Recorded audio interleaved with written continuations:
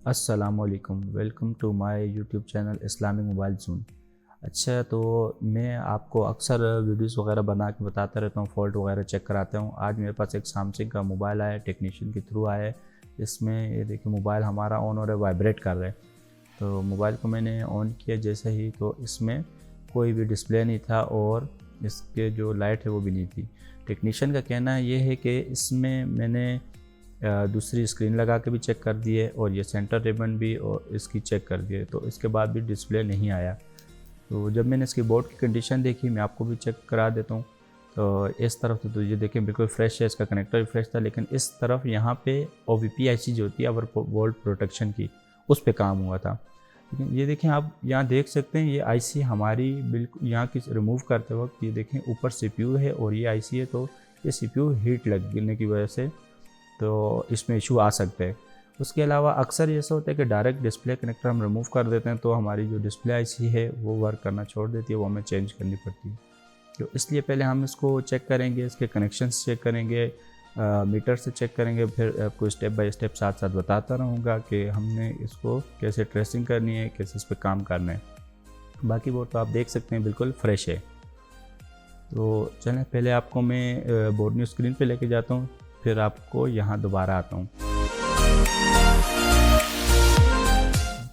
ये जो हमारे बोर्ड न्यू स्क्रीन के ये कनेक्शन है, ये सारे हमारे डिस्प्ले के हैं। सबसे पहले MIPI की लाइन्स चेक करेंगे, क्यों वो डायरेक्ट CPU से कनेक्टेड हैं। उसके अलावा हमारे यहाँ पे आप देख सकते हैं आगे डिस्प्ले IC भी होती है, इसकी लाइट डिस्प्ले IC। लेकिन सबसे पहले मैं इनको चेक करूँगा, क्योंकि OVP IC पे वर्क काम हुए और किसी जगह पे काम नहीं हुआ। और OVP IC के ऊपर आप देख सकते हैं बिल्कुल ऊपर हमारा CPU लगा हुआ है। अच्छा, इन लाइंस को हम पहले चेक करते हैं, GR लेते हैं इनका, हम चेक करेंगे और रेड प्रोब को ग्राउंड करेंगे।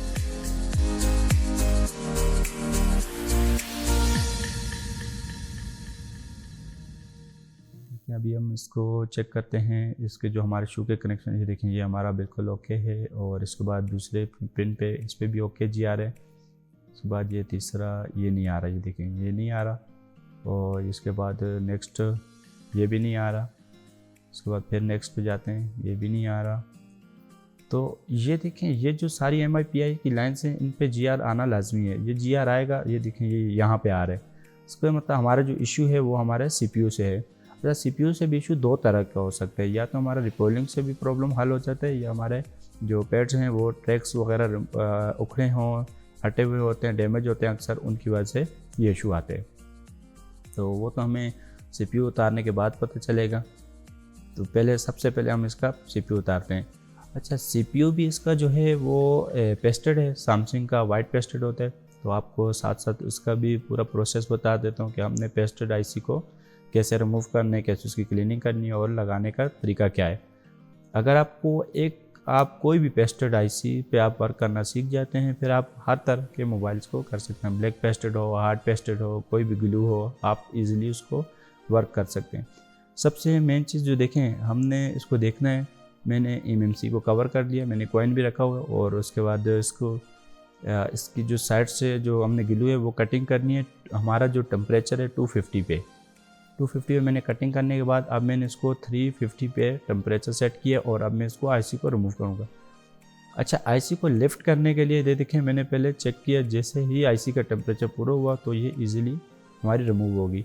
अब मैं इसको सोल्डरिंग आयरन की मदद से अच्छे तरीके से क्लीन करूँगा। तो उसकी क्लीनिंग बोर्ड की बहुत ज़रूरी होती है। ये मैंने PPD पेस्ट 183 यूज़ किया है, इससे थोड़ा सा इसके बोर्ड का टेम्परेचर चेंज हो जाएगा। फिर हमारे जो आसपास के IC हैं या बोर्ड के दूसरी तरफ के IC हैं, उनको भी नुकसान नहीं होता, इसलिए इससे इजी रहते हैं। तो इसकी अच्छे तरीके से क्लीनिंग करने के बाद मैं आपको इसके देखता हूँ पैड। मुझे तो अभी तो पैड इसको कोई भी ख़राब नहीं नज़र आ रहा, डैमेज नहीं आ रहा है, तो इसका मतलब ये हीट लगने की वजह से ही मसला आया होगा। तो इसको रिबोलिंग से हमारा प्रॉब्लम इंशाल्लाह हल हो जाएगा। अच्छा, रिबोलिंग आप जो भी हैं ड्यूल डेकर या इस तरह की कोई भी IC आती हैं, उनके लिए आपको वहाँ टेम्परेचर जो है 350 इन ICs के लिए बेस्ट है, क्योंकि इससे ज़्यादा का जो टेम्परेचर है वो हमारी जो MMC IC है वो उस पर उसका जो डेटा पार्टीशन है वो करप्ट हो जाता है।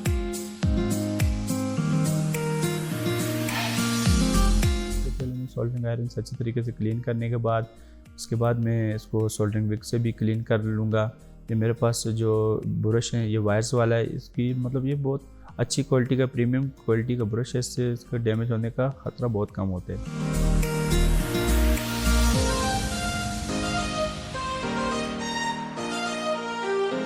देख सकते हैं ये मैं टोटली इसकी जो क्लीनिंग है वो मैं सोल्डरिंग आयरन से ही कर रहा हूँ।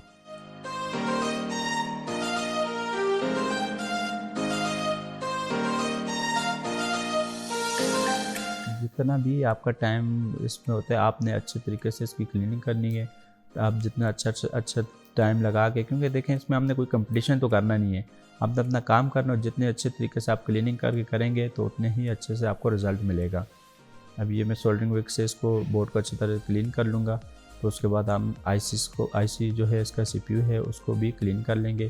पहले बोर्ड अच्छी तरीके से हमारा क्लीन हो जाए, फिर हम उस सीपीयू की तरफ आएंगे।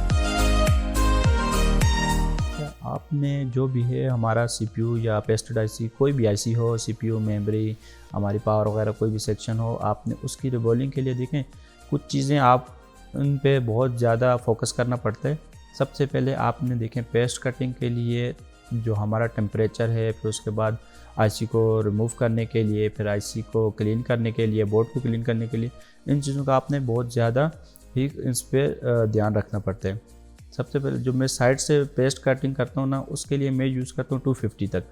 250 टेम्परेचर पे साइड से इसका ग्लू कटिंग करने के बाद फिर मैं इसको जो सीपीयू को रिमूव करता हूँ। तो अभी वैसे तो मैं नॉर्मली 350 यूज़ करता हूँ, लेकिन आजकल यहाँ पे ठंड बहुत ज़्यादा है तो मैं 380 तक यूज़ करता हूँ। दूसरी चीज़ जो सबसे इम्पोर्टेंट होती है वो क्लीनिंग होती है। क्लीनिंग अक्सर जो हमारे टेक्नीशियन है वो कहते हैं भाई फर्स्ट वन टाइम में हमें रिज़ल्ट नहीं मिल रहा, उसकी वजह ये होती है क्लीनिंग अच्छे से नहीं होती। अब क्लीनिंग आपने देखा है, मैंने पूरा प्रोसेस आपको साथ बताया भी है कि मैं टोटल जो क्लीनिंग है वो इसकी करता हूँ अपनी सोल्डरिंग आयरन से।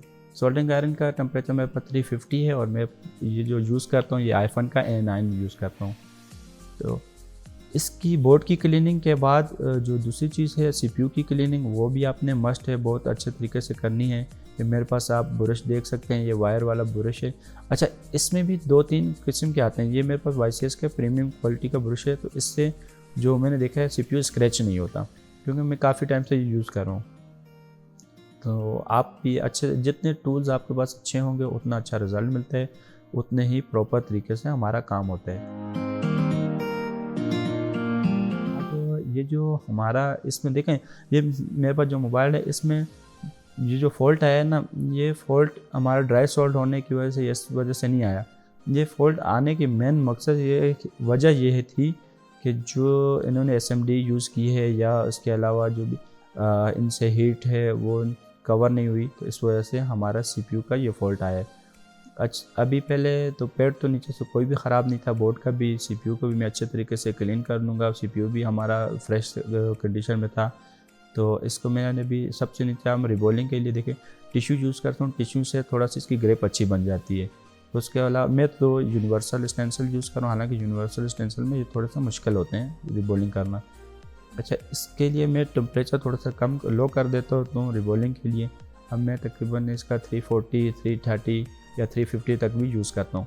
और एयर जो होती है, एयर भी स्लो कर देता हूँ। एयर में इस वक्त जो यूज़ कर रहा हूँ वो 40 यूज़ कर रहा हूँ।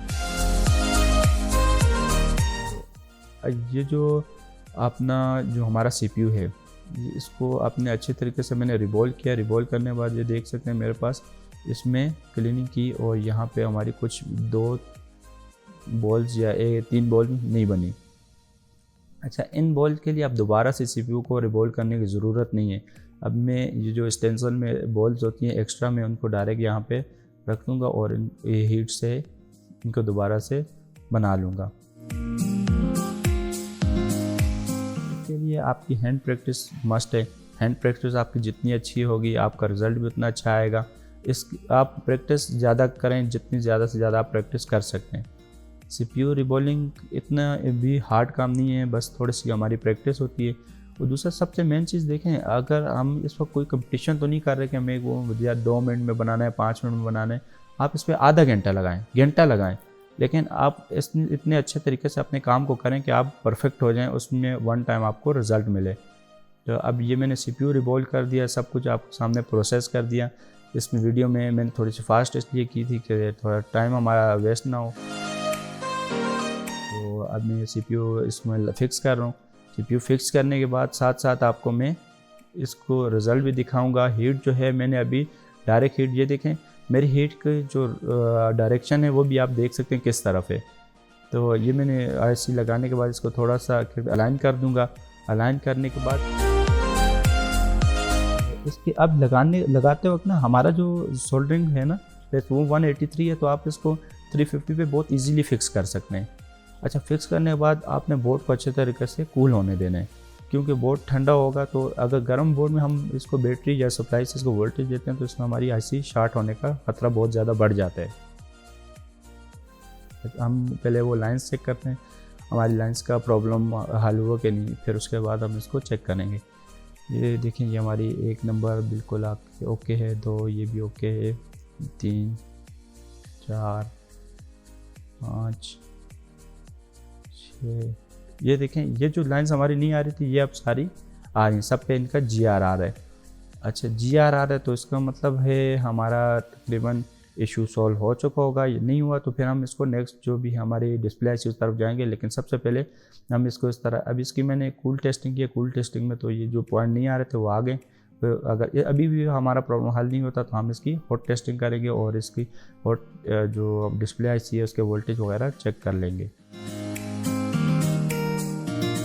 इससे पहले भी मैंने चैनल पे ब्लैक पेस्टेड ICs वगैरह के वो रिबॉलिंग का तरीका बताया हुआ है, ड्यूल डेकर का भी बताया है। तो नेक्स्ट इंशाल्लाह कोशिश करेंगे इससे भी अच्छे तरीके से आपको बताएं, क्योंकि ये फॉल्ट अक्सर आते हैं, कॉमन फॉल्ट है। ये देखेंगे हमारा प्रॉब्लम अल्हम्दुलिल्लाह से सॉल्व हो चुका है। अब मोबाइल हमारा ऑन हो रहा है तो डिस्प्ले भी आ गया, लाइट भी आ गई। बस ये प्रैक्टिस, मेन चीज़ प्रैक्टिस है, प्रैक्टिस से ही आपको इसमें रिज़ल्ट मिलते हैं। अक्सर हमारे टेक्नीशियन ये पेस्टेड IC से बहुत ज़्यादा घबरा जाते हैं। मैं भी ऐसे ही घबरा जाता था कुछ टाइम पहले, लेकिन प्रैक्टिस करने से बंदा परफेक्ट हो ही जाता है। अभी ये मोबाइल हमारा ऑन हो जाए, मैं आपको टच भी चेक कर लेते हैं हमारा। ये देखें टच भी वर्क कर रहे हैं। तो बस इसी तरह वीडियो अच्छी लगी हो तो वीडियो को लाइक करें, चैनल को सब्सक्राइब करें। फिर इंशाल्लाह नेक्स्ट वीडियो में मिलेंगे। दुआओं में याद रखना। अल्लाह हाफिज़।